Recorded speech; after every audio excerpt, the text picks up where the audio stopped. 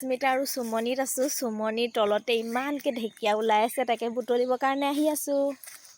এয়া ঢেকীয়া, এয়া দেখিছেনে? মই পূৰা ঢেকীয়া বুটলি আছোঁ বিচাৰি বিচাৰি।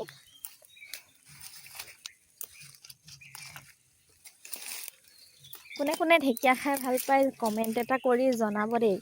আমাৰ গাঁৱৰ পৰিৱেশত ঢেকীয়াটো খুব খায়, ঔটেঙাৰ লগত বিশেষকৈ, আৰু মাছ থাকিলেতো আৰু ধুনীয়া লাগে খাবলৈ। আৰু এইফালে বুটলি আছোঁ বিচাৰি বিচাৰি। এইটো চাইডে কেইডালমান আছে, এইফালে পূৰা বিচাৰি আছোঁ। ইমানখিনি হ'লগৈ। ঢেকীয়াটো যেতিয়া অকণমান এদিন দুদিন থৈ দিওঁ তেতিয়া অকণমান লেৰেলা নিচিনা হয়, তেতিয়া খাই বেছি ভাল লাগে। আৰু ঢেকীয়াৰ লগত ঔটেঙাটো বহুত ধুনীয়াকৈ মিলে, তাতে আকৌ পুঠি মাছ যদি হৈ যায় নদীৰ, আৰু ভাল লাগে। ঔটেঙা ঢেকীয়া পুঠি মাছৰ জোল, খালেহে বুজিবা সোৱাদৰে মূল। ধন্যবাদ।